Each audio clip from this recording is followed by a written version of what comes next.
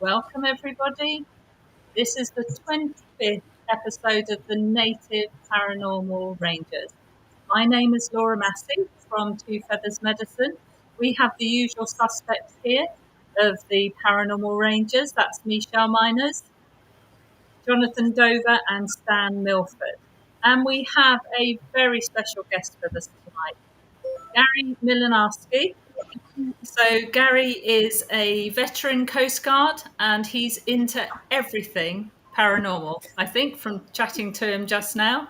And he also has a podcast called Are They Out There, which tells you exactly what he's into. So Gary, would you like to tell us a little more about yourself? Yeah, I mean, you kind of hit it on the nose. I am a Coast Guard veteran. I had the opportunity of serving around the country with the Coast Guard. One of the things or places I should say, I served was Iwo Jima, Japan, where the famous flag raising was. And you want to talk about a very paranormal island. That island is full of things happening because of the 30,000 deaths that occurred there. I've worked with law enforcement. I've delved into many things from the paranormal to investigating cryptids, conspiracies, which is always fun to take a look at. But I figure the only way to learn about things is to dive into it with both feet, and that's kind of what I've done with everything. And it brought me to meeting Michelle, and from that here to you guys. So I appreciate y'all having me. Brilliant. Well, it is so good to have you here. We've had the whole of July has been our Sasquatch Bigfoot month. So I guess to continue on that theme, you think, okay, Michelle, we'll talk a bit about Bigfoot, and have you any experiences with Bigfoot, Gary?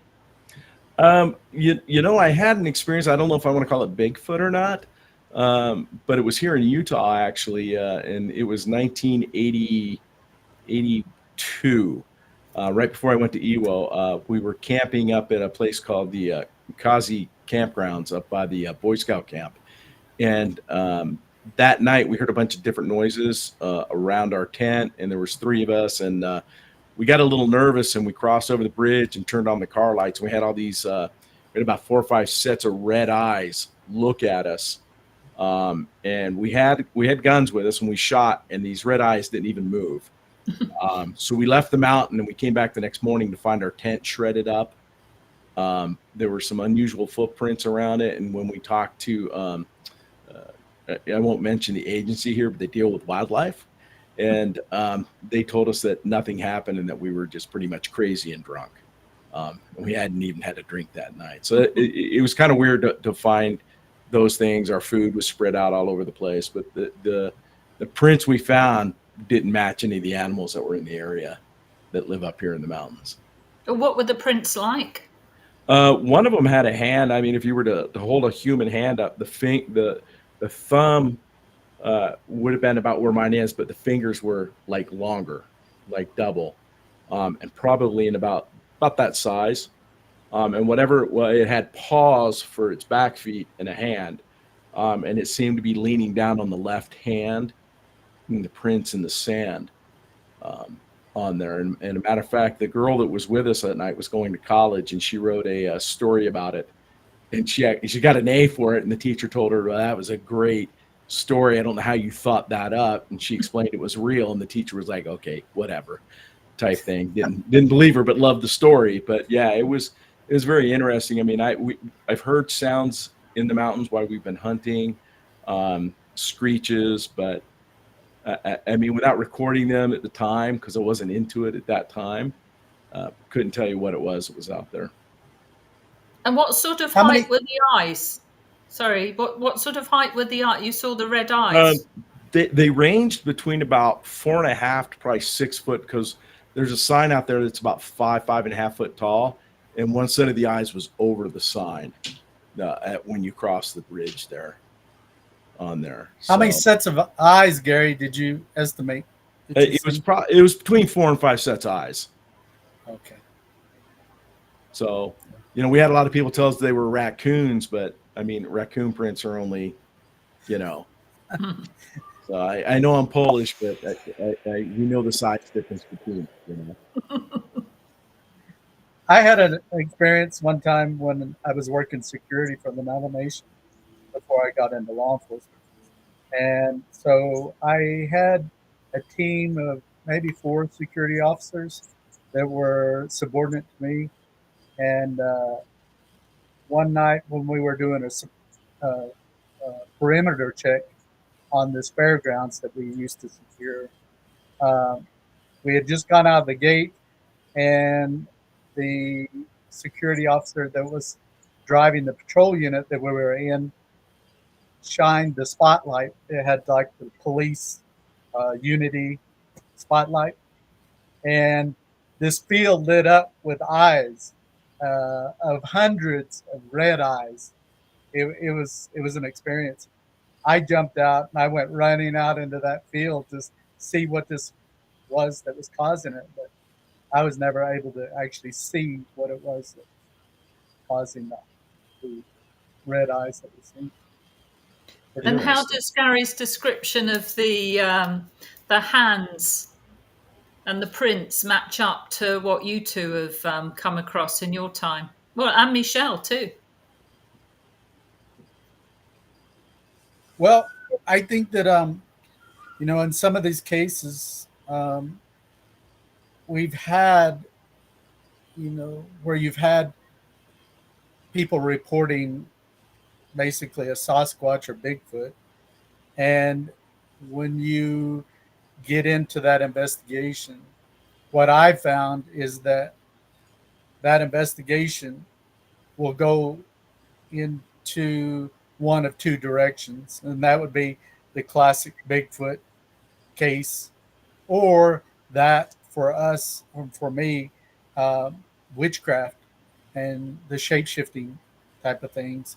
So I think until you actually get into it and see evidence of maybe these things kneeling down or sitting down and that kind of thing, it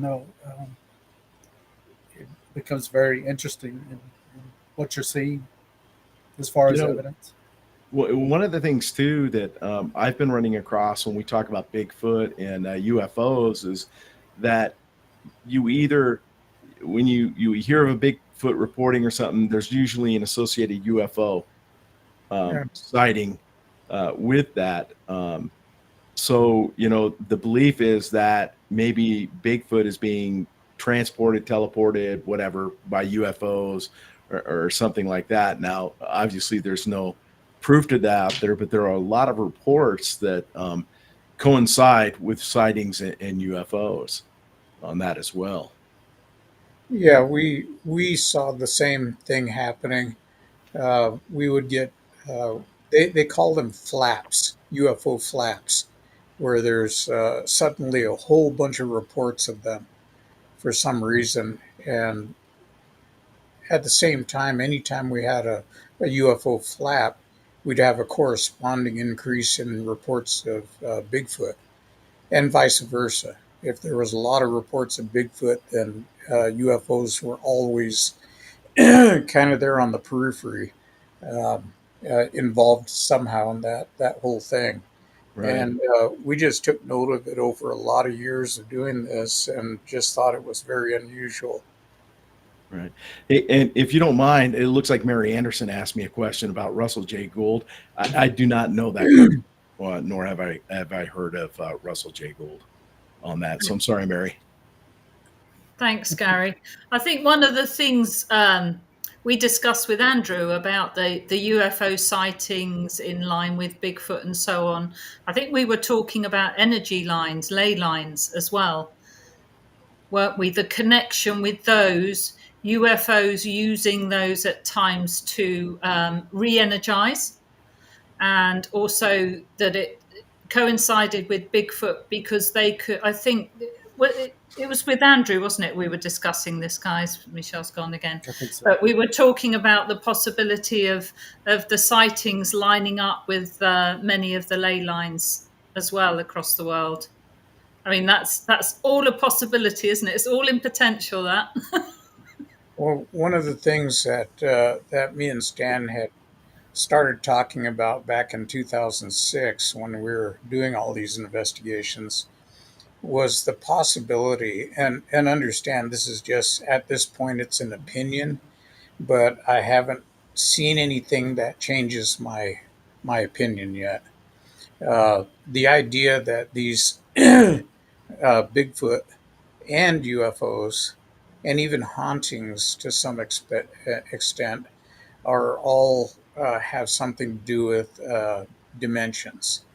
Mm. And um, we've seen reports of UFOs that have just literally popped into existence with a loud pop and have been in an area and then suddenly just fade out and disappear. We've had many reports, both in the Pacific Northwest and even uh, in Canada, around the Toronto area, of Bigfoot uh, simply vanishing into thin air, Hmm. either when they're moving or when they're sitting still and somebody's watching them. They just slowly fade out. And we've tracked Bigfoot ourselves over miles, and the tracks disappear in trackable ground, which is really disconcerting. You almost feel like they're on a bungee cord, and they just got pulled into the air and taken somewhere else. It's a very odd feeling when you realize that if they had taken another step, they would have left a footprint. So things like that just. And then we started looking at this idea of hauntings and ghosts, and what if they were the same things, this idea of dimensions. It kind of fits into this whole missing 411 category that David Pilates is talking about. And it could be an explanation that maybe these gates are opening and closing of their own volition, or they're being manipulated somehow. And it's kind of an elegant solution, and at the same time, how do you prove it? Right. Well, and Jonathan, you bringing up the 411 thing and the possibility of dimensions, portals, that sort of thing. The one story that struck out to me wasn't just the disappearances, but it was the family where the grandfather was at the end of the trail, the end of the line, and he disappeared and ended up something like 12 miles away in another canyon, and they didn't know how he got there. He was found like 12 hours later. He was fine, had no clue. And then I can't remember what the name of the survivalman, what his real name is, but he went out there to see if he could do the trek across a straight line, and he couldn't even do it in 2 days. He was like, it was impossible for him to get through. And that's part of that whole 411 series with that fact in there. So when you talk about portals or anything like that, did that grandfather step into one and it spit him out in another canyon, so to speak? So it's interesting that you brought that up, and that would happen to be part of one of that 411 series. Hey, Gary, one of the phenomena I experienced um, when I did a haunting investigation that occurred there on the reservation, uh, one of the phenomena I experienced was what is referred to as an apport, where an object will appear or move or that kind of thing. But in this particular case, it was coins. And I would have coins repeatedly fall out of thin air in front of us. Uh, sometimes they would come flying across the room and they would hit you. But with that, experiencing that and seeing, with your own eyes, these coins materializing out of nothingness, out of thin air, and in 2 days, a total of 66 coins uh, manifested, and uh, but uh, out of all of that, I know at least 10 times I witnessed the coins materializing, and even to this day, that phenomenon still occurs uh, in my life and around me. But one of the things is this idea of other dimensions. So seeing a coin, a physical coin, appear out of thin air, and repeatedly doing that, it lends to the idea that these coins are manifesting or materializing from some other plane of existence into our physical world. And so I think that particular case for me really cemented that idea of other dimensions, and actually the the idea or possibility that all of these things that people refer to as supernatural or paranormal, that's the connection to that is these other dimensions and the role. So, Right. And, keeping along kind of with the Bigfoot line, a year ago, we were down in the Four Corners area. I'd never been to Four Corners at all. And I was speaking to one of the ladies there that was selling jewelry. And she had told me that her sister uh, there on the reservation was down by the river doing something. And she had seen Bigfoot come down to the river, and it scared her so bad that she ran off and told people. And when they went back out there, they found some evidence, but then, like you said, the tracks just disappear. Like it was there and then it's not there, type thing. Like it just vanishes in thin air.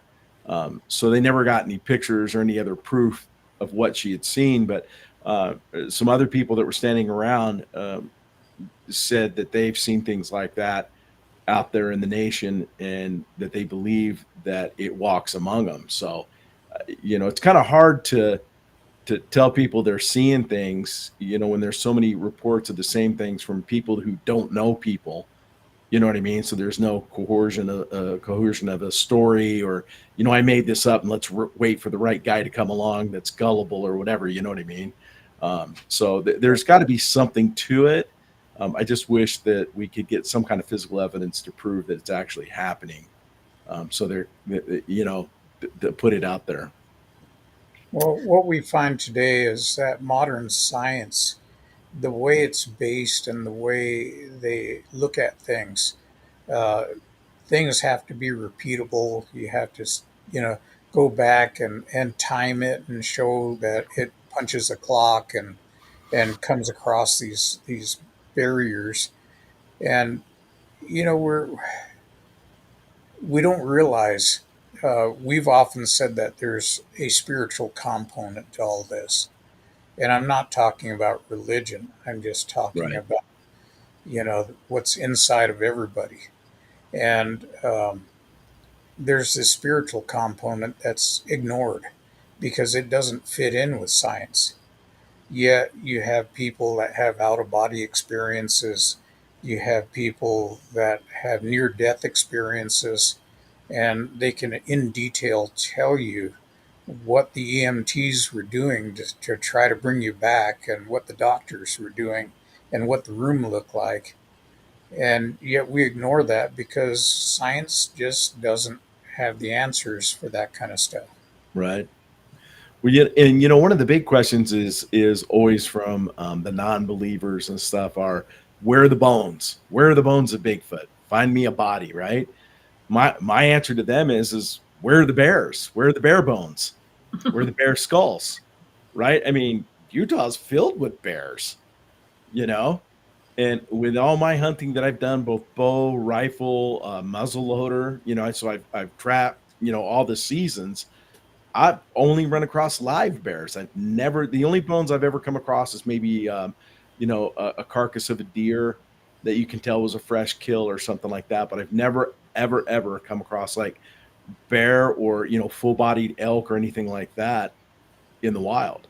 So for me, it's like, obviously, if bear bones can disappear that quick, if a Bigfoot passes away, those bones can disappear as quickly as a bear.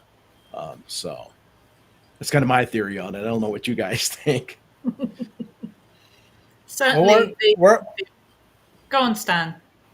we are open, to other people's experiences, and like what John said earlier about the spiritual component lacking in modern science.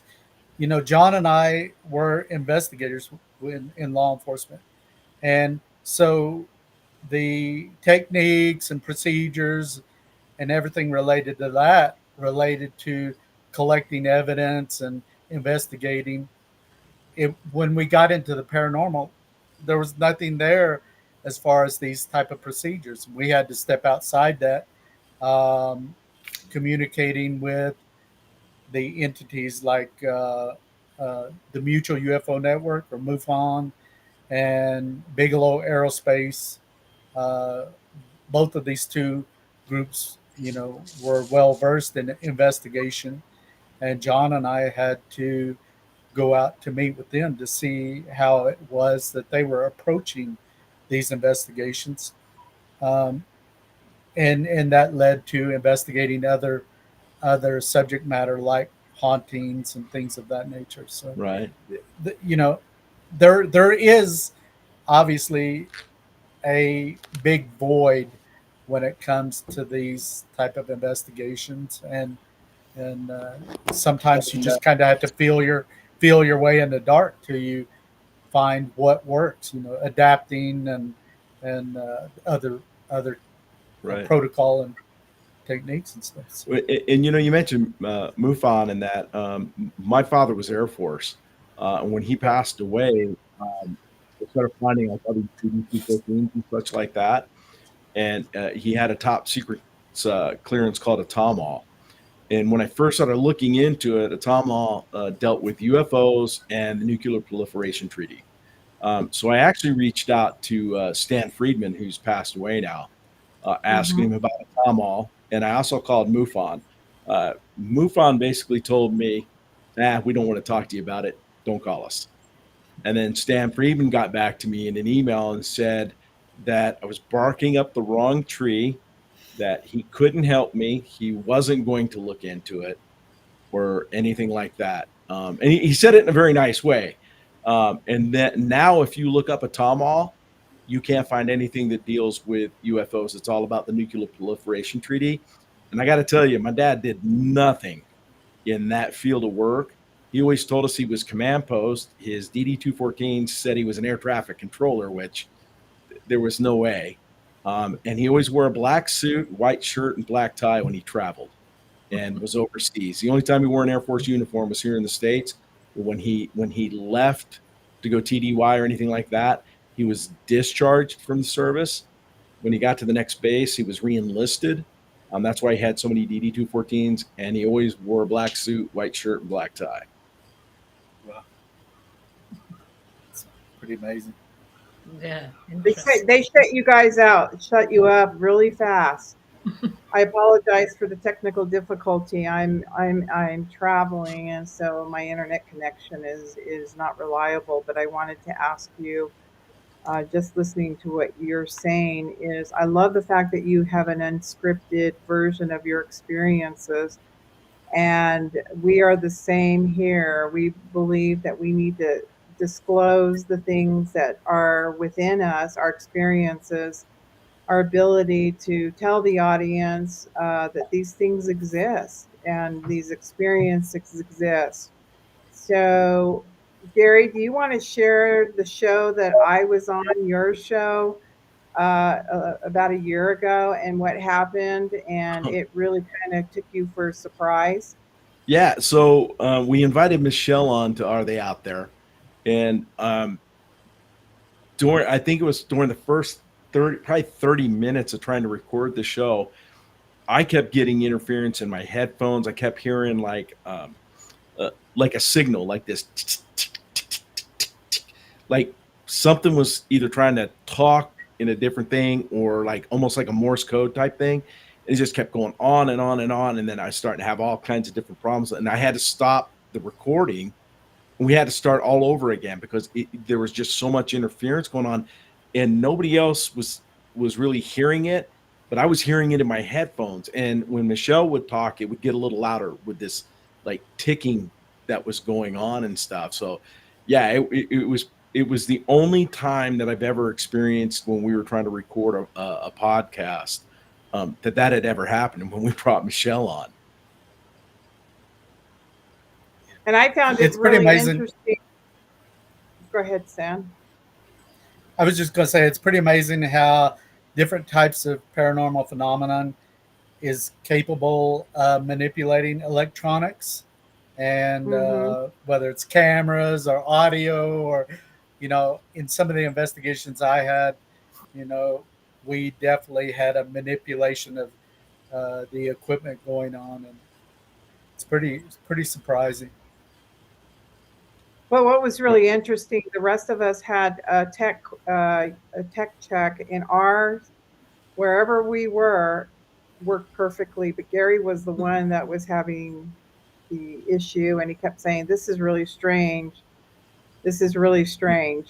I've never had this Yeah, happen." yeah, well, I mean, I just couldn't explain it, and I was the host of the podcast, so everybody had logged in, and I would think that they would have had the problems instead of me, but it was just coming through my headphones, like loud and clear, but nobody else was hearing what I was hearing, so I know it wasn't my microphone or anything like that at the time. Um, but and I have to admit, here at the home I live now, we've had quite a few experiences, and I sent a video of one of the things that happened to Michelle. But like my fiance, I kept telling her, right after my mother passed away 2 years ago, my closet light would turn on with no reason, right? And she told me, she's like, "You just leave the light on. You're forgetful. You leave the light on." And I'm like, "Okay." Well, one morning I got up, was in the shower, and I heard her scream. And I'm like, "What's wrong?" And she's like, "The closet light just came on." So now she's a believer. And we've had, like, she's heard footsteps in the house. We've had lights come on, turn off, things like that. But now she's like, "Why do you have to bring that on us?" I So, listened Gary, to your show. I listened to some of that podcast and heard all of that was going on. And I think at one stage you said there might be some telepathic communication going on with you. Yeah, that podcast, like I said, that was, I don't know if it's just the energy from Michelle or whatever, but it's only happened having Michelle on. We've never had it happen. We even had a guy on that he has such a following, and he talks about how he is transcended with this deity that's in his head and talks, and like nothing ever happened there, right? And I would have thought with him things would have went haywire, but no, it was only with Michelle. strange So things happen. yes, strange things happen with Michelle. Have you had experiences like that, Michelle, other than on Gary's show? Yeah, I have. I have. I've had it on the film. I've also had it with, you know, a couple of other podcasts, and people don't know how to react to that. They're just like, "What is it about you?" I don't know. Maybe things don't want to be said. Like I had Mhm. a lot of technical difficulty coming on this show. As you can see, I was fiddling around, but now I'm getting a clear signal. It's really interesting. Maybe something about Gary and I's interaction doesn't they want us to know it? Well, and ET and, related. Who knows? right, and I mean, even Michelle, you got my text about when I told you what I did out at the God, I just went blank. When I was down at the ranch, and I was outside the front gate, and I was filming a TikTok for Yes. the second season. You Yes. got that message, right? Right. This is no lie. I filmed 5 to 6 minutes out in front of the ranch, if I can call it that, talking, turning around, showing everything. And when it was done, no audio. It totally cut out my audio for it. And I live like 4 hours away, so I wasn't going to turn around and go back and try to do it again. Uh, but yeah, it was kind of weird. It's the first time I had ever been by the front gate, and yeah, just no sound. Filmed perfectly with absolutely no sound. It's interesting how manipulation. When I was on the ranch myself, when I would visit from time to time in the early days, I call it, but that was 6.5 years ago, my photography would get blanked out, black screened, everything. I had to learn to do it in a different way. Speaking of technology, you submitted 2 videos that were Mhm. caught on your camera. So for the audience and for the Paranormal Rangers and Laura, we're going to play that real quickly, and he caught something on that. So I'm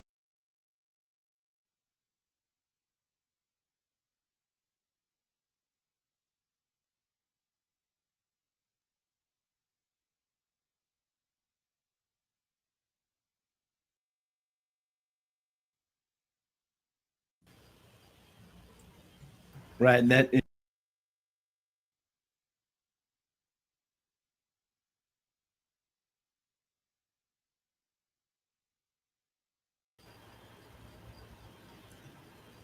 so that first It one, doesn't didn't want to show. It didn't want to. Did you see that?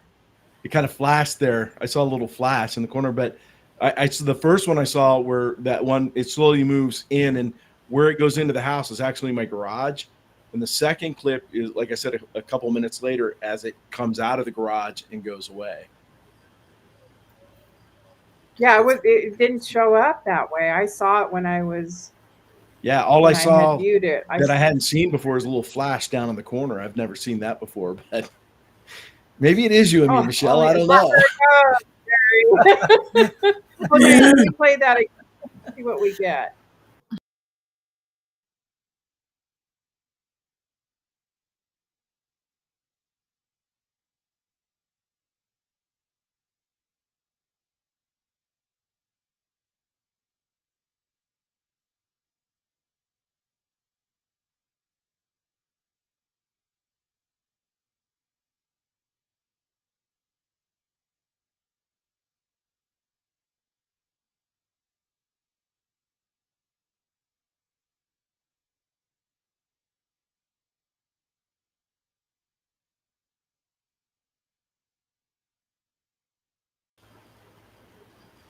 Yeah, Yeah. I saw the little thing and it stopped, you know. Right. Something's And then the messing with the second video I sent you will show it coming out.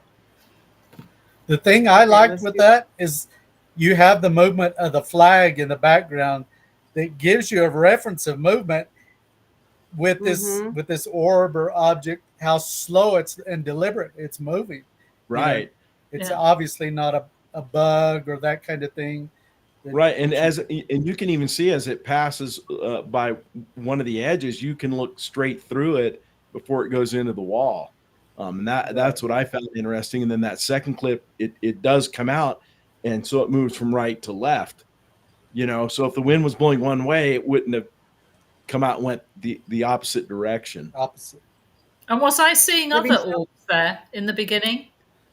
Yeah, Were there I some think other things those were flying around? bugs. Those are Oh, Those bugs. are those okay. are bugs. bugs. Yeah. Yeah. Yeah. Okay, cool. Yeah. So where I live, we have a Okay, lot of mosquitoes, moths, things like Okay. that flying around. Okay. Yeah. I'll show the one coming out of the wall. Let's hope we can Mhm. see it and it's not a technical issue here.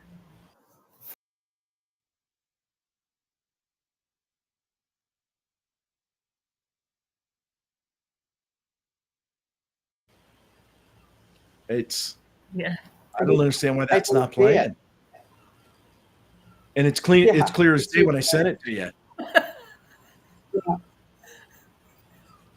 I'll have to redact. I don't know. Could be us. Yeah. I mean, He doesn't you want. saw it when I sent it to you. Am I correct, Michelle? Yes, I've seen them. I've seen them both, Yeah. and all I did was download it. Interesting. Interesting. It is, isn't it? But it's in It line Doesn't with is. want. what you were saying. Right. Things It, go missing or get lost or get removed, however. right.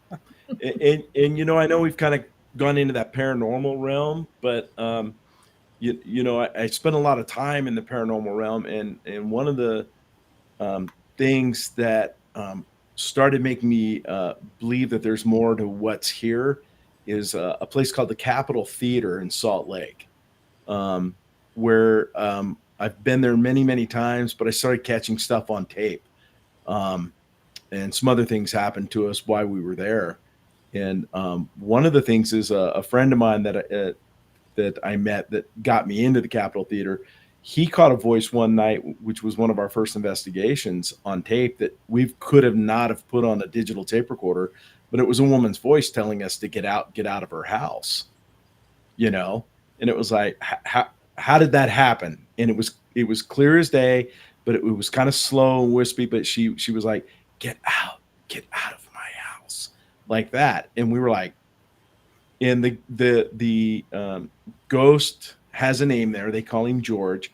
And a young man had died, I think it was back in the 1920s, with a fire that happened at the Capitol Theater.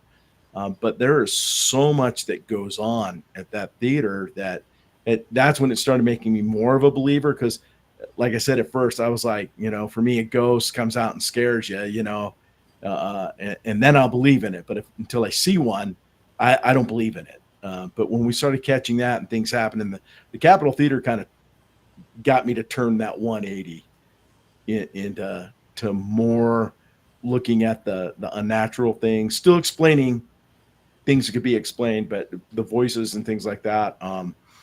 You're going to laugh at this. I use cat toys for triggers. I have these little clear cat toys, if you know what I'm talking about. And if they move, they'll light up.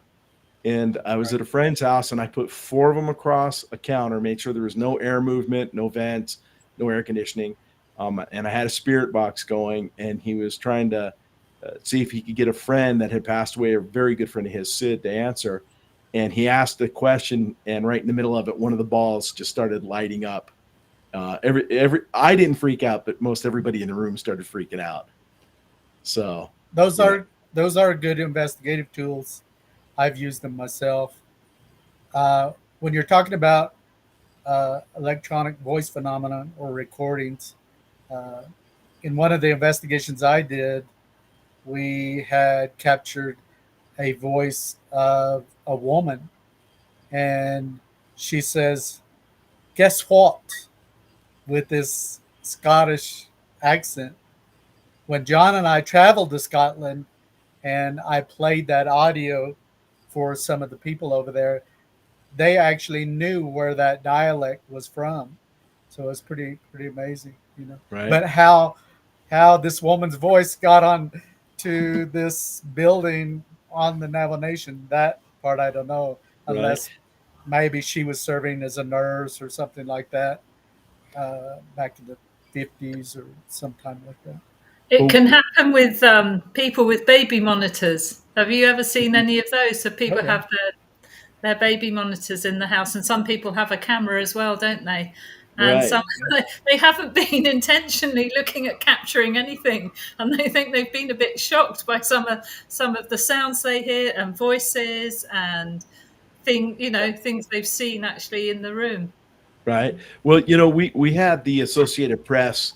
A girl got assigned to do a Halloween story with us, and we took her to Capitol Theater, and she was not pleased at all. She was like, I don't want to be here. I brought my husband. I could care less about this. She's like, but I've got to do the story. She goes, I don't believe in anything you're going to show me. She goes, because I know this is all a setup. So in the Capitol Theater, there's 3 floors. You have the ballets on the top floor.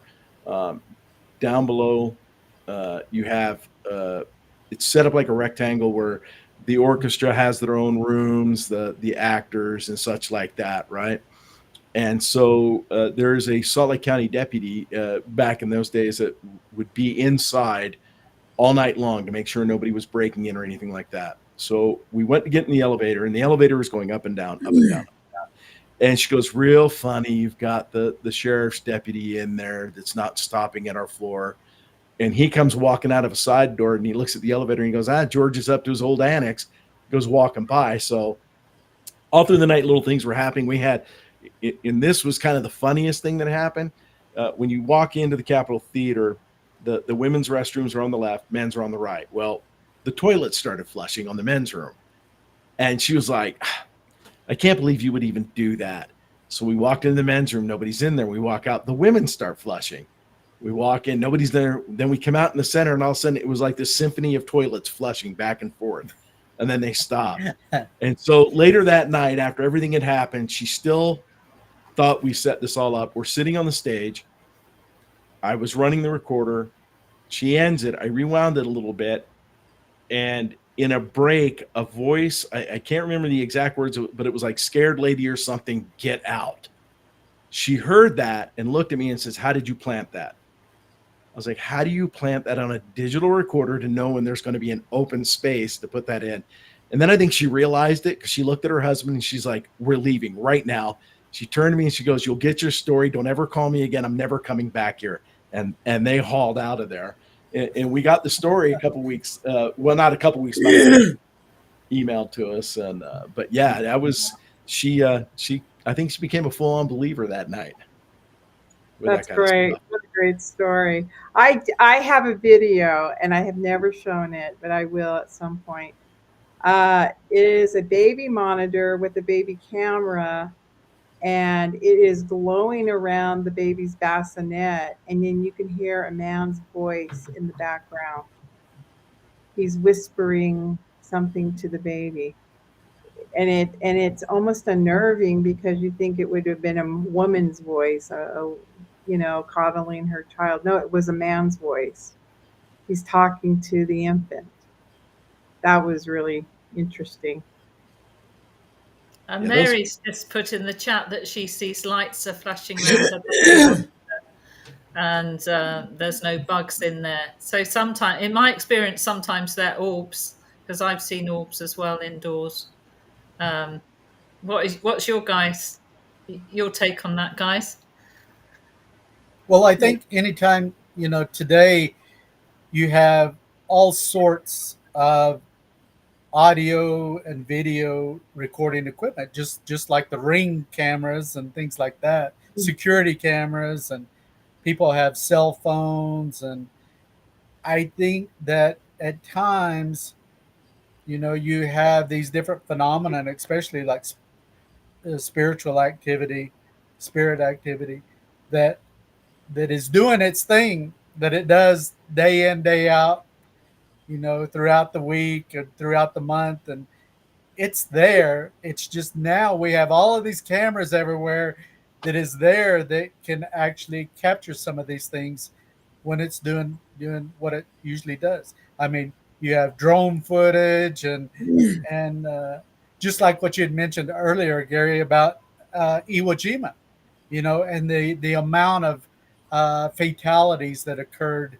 in that location, and just like other places like Gettysburg, and that's known for different types of spirit activity phenomenon. And so yeah, it's pretty interesting what we see today. Yes, we have all of these different social media formats, be it YouTube or TikTok or whatever it is. People are able to readily share video clips and footage and audio in real time around the globe.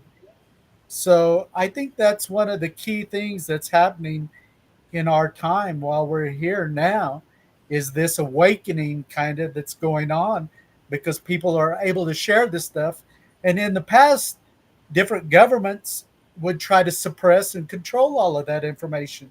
And today they can't really do that because you've got the internet there, where people are capable of sharing the information to each other around the globe. And it's just too much to try to control, right. suppress. And on Evo, when we were out there, we didn't have any of the equipment you have today. I mean, we didn't have cell phones. While I was on the island, we actually didn't have TV, radio, anything like that. We had a ham radio that we kept in contact with, like Dakota Air Force Base, which would fly C-130s once a week out with our food and stuff. So when you were in the caves, probably one of the eeriest things when you're in these caves, because like you could crawl in on your belly and back and be, army crawling through a cave, and then it would open up into this huge room that we called them spiders, that had all these tunnels going every which way. But if you turned your flashlights off, it was darker than dark. And as you were walking around in there, you always, every one of us always had the feeling that somebody was watching us. Somebody was behind us or in front. We just knew somebody was there. But when you look, nobody was there. and you would hear weird things in these caves.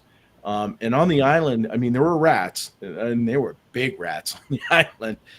And we had a few dogs, but that was it. There was no other animals besides these little bees that would sting the hell out of you, that can make these type of noises or um, breathing. I mean, a lot of the times it was almost like somebody breathing heavy that you could hear in these caves.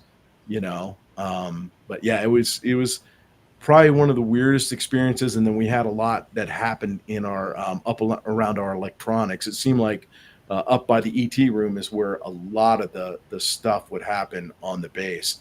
And we had one room in our barracks. So the barracks were like a straight line, and they were all on the same circuit. But we had one guy's room that his lights would totally go out, like he would lose all electricity in there. But we're all in the same circuit, so if he lost it, we should all lose it. But his one Mhm. room all the time would lose it and come back. So just weird things like that on the island. I wish I had the equipment now. Back then, Oh yeah. Yeah. Gary, do you believe that the phenomena also knows when you're handling technology that it will or won't appear? I mean, have you had those situations? I have, being um, on the I rant. I you know I think, I guess the best way to put it is, I think if the phenomenon wants to be known, it'll Hmm. it'll it'll let it be known, and it will interact with you if it wants to. So I would say yes, but it doesn't happen all the time. Um, I mean, I've gone to a place a couple times where I know a lot of things happen, and I'll go, and then absolutely nothing happens. And that's when everybody goes, "Oh, you made it up." It's like, no, just sometimes it doesn't happen. I mean, Right. you see all these shows out there, like, well, I don't want to get sued over them, but there's a lot of ghost shows out there, right? And there Hmm. was a guy who did an interview that was part of one of these teams, where he actually admitted that they told him to go back inside and act like something happened for the production crew, so they could have you know a show. And it was like he was being honest. Nothing happened. He goes, sometimes that's what happens. And I wish they would portray that in some of these things, to let people know that every investigation doesn't have something happen. Sometimes it's Hmm. just, you can spend hours and it's a dud. You get cold, wet, and you go home. Um, Yeah. but it's sad that it has to come down to sometimes make believe on these type of things. Well, one of the Well, things that we found out in our work is that if you show fear, that it'll help whatever it is manifest even more. And it's just really strange. We've actually had producers ask us, can you look like you're scared? And we said that's not us. We don't do that. We don't show fear. And we told them flat out, if you went on an investigation with us, it'd probably look really boring because we're not going to react to things. We're not going to go running out of the room going, ah, Right. um, and you see that. But along with that, we are taught to be scared. You tell ghost stories around the campfire. You tell about murders. You talk about all these things. This is campfire fodder. And so we look at TV. What do you see? You see the chainsaw massacre. You see these all these blood and gore type of things, that this is going to happen to you if weird things start happening. Um, and along with that, you know, we've seen in the past, the 50s were a great example. The B science fiction movies where you saw invasions of aliens, that were here to conquer the human race.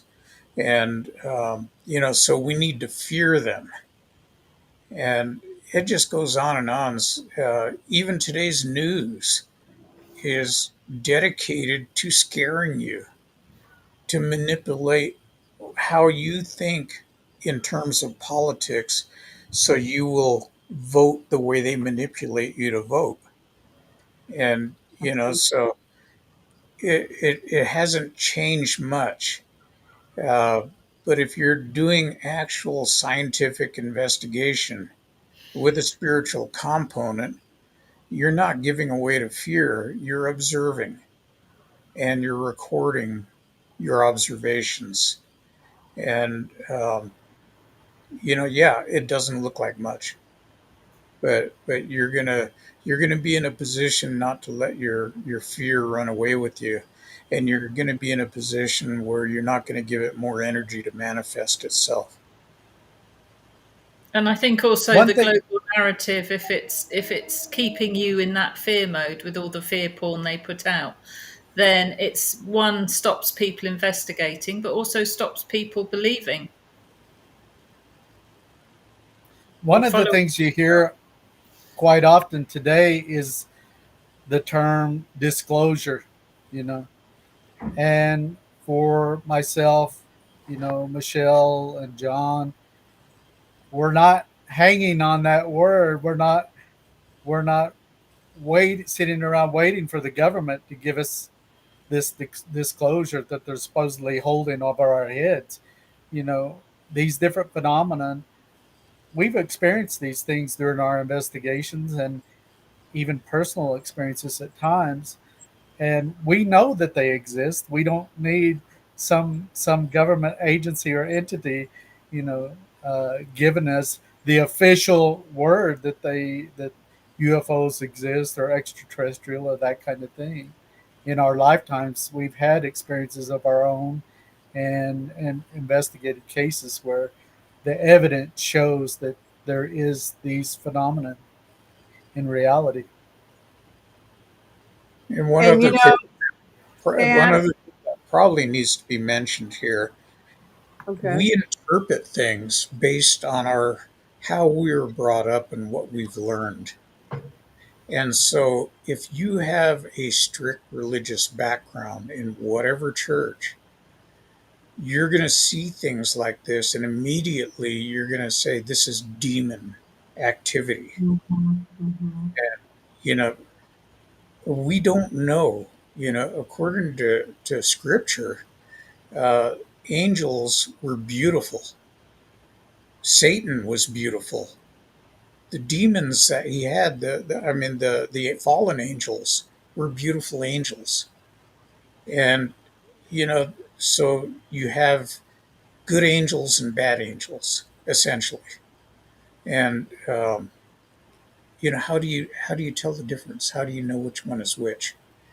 Um, but we interpret that stuff. If you were of a different religion from a different land, you might see something completely different and interpret it as such. And there's an old saying that says, "Can you look at a situation without naming it? Naming it, making it a word, causes fear." So you can't name it. You can't go into that and say, "Oh, this is demon activity." Otherwise, you're going to be very hesitant about the investigation. And so you have to kind of stifle those impulses and just accept it for what it is, something unusual that you're going to investigate and document. Right. Right. And for me, I'm not a super religious guy.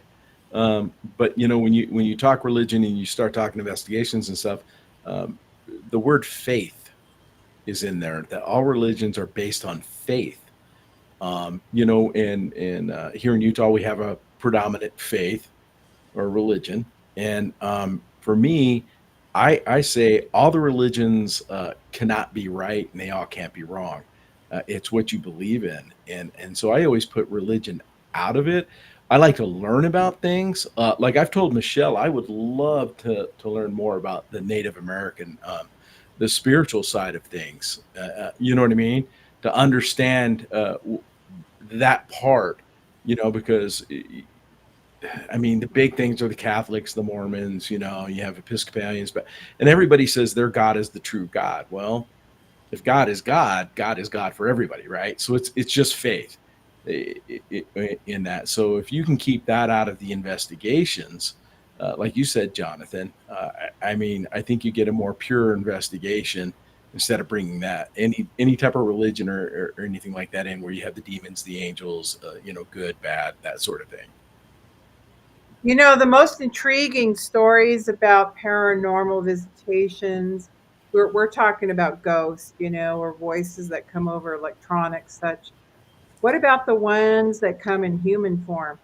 There's a story that was told on the ranch I had a project with, that in the 20s, a visitor had come and he was wearing farmer overalls, and had had a dinner with the family, and they asked him to stay overnight because they were drawn to his energy. And he says, "No, I've got other things I've got to do." And so he walked the 2 miles of this ranch down the road, and the children followed along with him. And he turned around at some point, and he had a hole in his overalls, and a bright blue light came shining out, and he disappeared. And so the kids told the parents what had happened to the visitor. So those are the most intriguing stories for me when it comes to that paranormal interaction with the human form. Those See, could I be Well, messengers. Yeah. go ahead, Stan. I was just going to say, you hear that in a lot of different respects of the paranormal, where, let's say, what you're just Hmm. now talking about with the hauntings, where a spirit can actually take a physical, like, human body form that's like we have, you know, and and at times that same spirit manifestation can vanish out of thin air. Sometimes spirits are translucent. You can see through them. Even with the Bigfoot, same kind of thing. There's times when people will witness this thing that people call a Bigfoot or Sasquatch, and it is in a what appears to be a solid physical form, just like the table that's sitting in their kitchen or whatever, and it can vanish out of into thin air, and but the same with a lot of different things. Even with the witchcraft related stuff, things can be in Hmm. physical form and then vanish. So it's very interesting. I mean, that could go back to the theories of the portals, Yep. the different dimensions, interdimension, Right. type things as well on that. I mean, if you go back into the 40s and look at the Philadelphia experiment and Montauk, there in New York, and I forget what the third place is. It's like this big triangle between three places where all these quote experiments were happening, and the men that were aboard that destroyer that was part of the Philadelphia experiment say, some of them, not all of them, have said that when that happened, they were in a different place and then back. So, I mean, I believe that, like you said, Michelle, that story of that person in the overalls, maybe that was somebody who either came forward in time or back through time, or maybe he just had a message to deliver and then went, that light was his portal on that. Yeah. And again, it's all faith. It's what you believe in on that. But I mean, there's all kinds of possible explanations that are Hmm. out there. It just can't be nothing, because, like Stan said, we're talking about the Bigfoot that just disappear. You hear stories of people that they have nothing to lose by telling you these stories and nothing to gain. I mean, it just happened to them. So I believe there's something to that. I would love to have proof someday of it, but I do believe in I think the interdimensional type of things that are out there. So, in the same way, Gary, that we were saying that, say, Bigfoot possibly comes from another dimension, and I know the Rangers have discussed this as well. So there's a portal or something there for them to come through, or they simply step through the dimension. I don't know. It would work the other way round, presumably.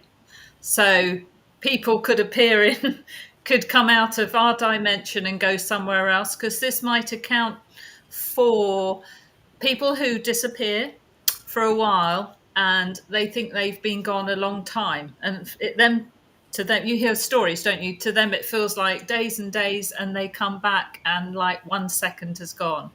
Right, right. I have heard those type of stories Yeah. from people. I think that's kind of like deja vu as well. You know, I mean, you sit there and you're in a conversation like, I know what's going to happen next. I've been here. Yeah. Yeah. Type, Yeah. you know, I mean, that's kind of hard to explain in my book, how you know what's going to happen next when it's happening at that moment, you know, type thing. And also Well, to support that idea of dimensions, about 15 years ago, the Large Hadron Collider was doing an experiment where they hoped to open a dimensional gate and send a message through. And so, you're talking about $1 billion worth of equipment to try to open a dimensional gate, you know. Right.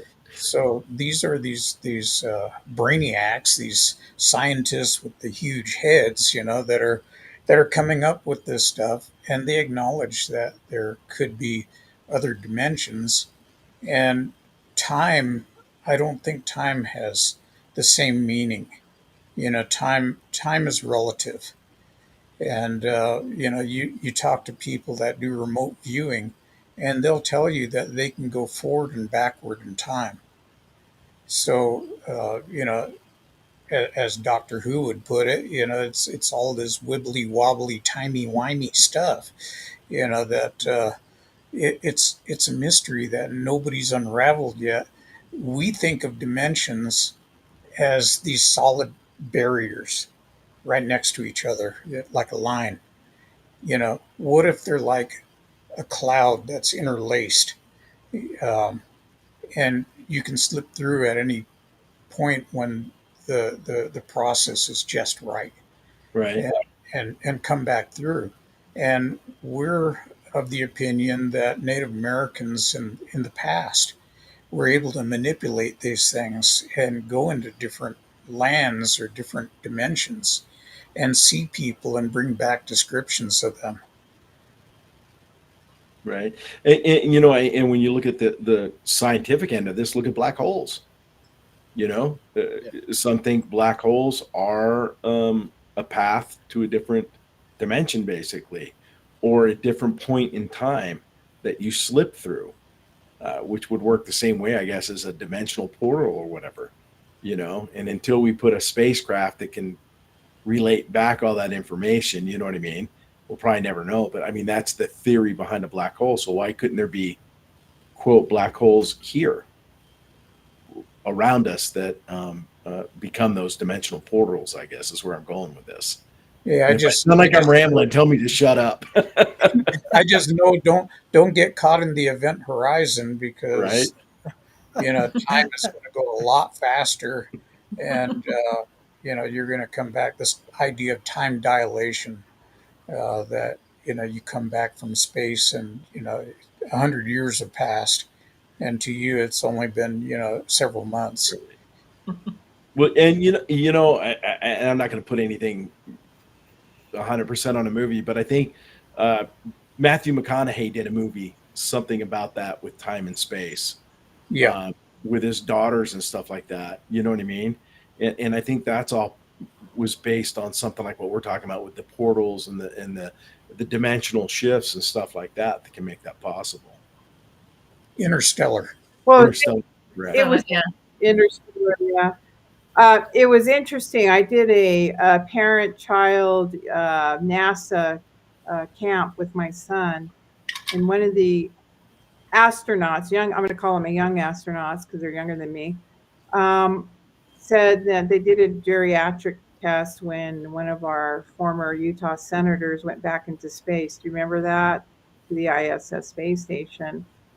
And they don't ever put this out to the public, but 10 years were lost on their lives. Space will age, not the other way around. So that information came to us when we were doing that space camp down in NASA in Interesting. Huntsville. Yeah, and I was the theory of relativity doesn't work. And the brilliant Einstein, not maybe everything is correct mathematically as we think, Right. but maybe that's why vortexes and portals are so important to scientists right now, to find out if that age issue is an issue. Well, they said Einstein came up with the unified field theory, and this was what was used to try to make that ship disappear, the USS Eldridge. And shortly after that experiment, when it apparently failed because we never got any information on it, Right. Einstein withdrew that theory as incomplete, and Yep. and never worked on it again. Well, it's Interesting. interesting how important gravity is here to us as the human race. Now it makes sense, The gravitational pull has something to do with how our bodies react to Earth. And maybe Right. that's why we're Earth-bound and not interstellar bound yet. Well, that'll change because what is it? Every year the moon moves 2 inches further away from us. Right. So, That's true. And That's and true. gravity isn't the same on every point in Earth. It Right. can vary. so true. Well, Well, it's top of the I've really hour. enjoyed Yeah. I've really enjoyed having you, Gary. And Well, thank you. I would like to suggest that we do a part 2 if you're up for it at some point. So Oh, maybe absolutely. Michelle could. Yeah, I Absolutely. really enjoyed it. because we got questions and our audience has questions. Yes, Yeah, and also we could get Andrew on because he's pretty good on the Yeah. quantum mechanics side of it. Yeah, Yeah. Oh yeah, Love definitely. it, Andrew. Yeah, I mean, I'd love to start answering questions and do like a session of answering questions from everybody that's making comments there on the side. Oh yeah, definitely. Well, come We'll on have again. a- And we'll do that. We'll have a show called the Super Chat. Yeah, Stay we'll be doing tuned to that. this Bat channel. The Bat Channel. Yeah. Well, thank We're you for gonna have having the me. I super thoroughly chat. enjoyed it. It's been great having you, Cool. Gary. Thank you. We enjoyed you. Yeah, Thank this you. was fun. Thanks. So, if Ranger. anybody wants to get hold of you, Gary, do you have an email? Or I do. It's are they out there then the number 1 at gmail.com. super, thank you. You The bet. Paranormal Rangers can be found on Facebook and paranormalrangers.com. Is that right, Michelle? Cool. Yeah. Cool. Lovely. Thank you. And thanks everybody for coming on. Really enjoyed it tonight. Thanks for And the audience. Thank you. we'll be back next week.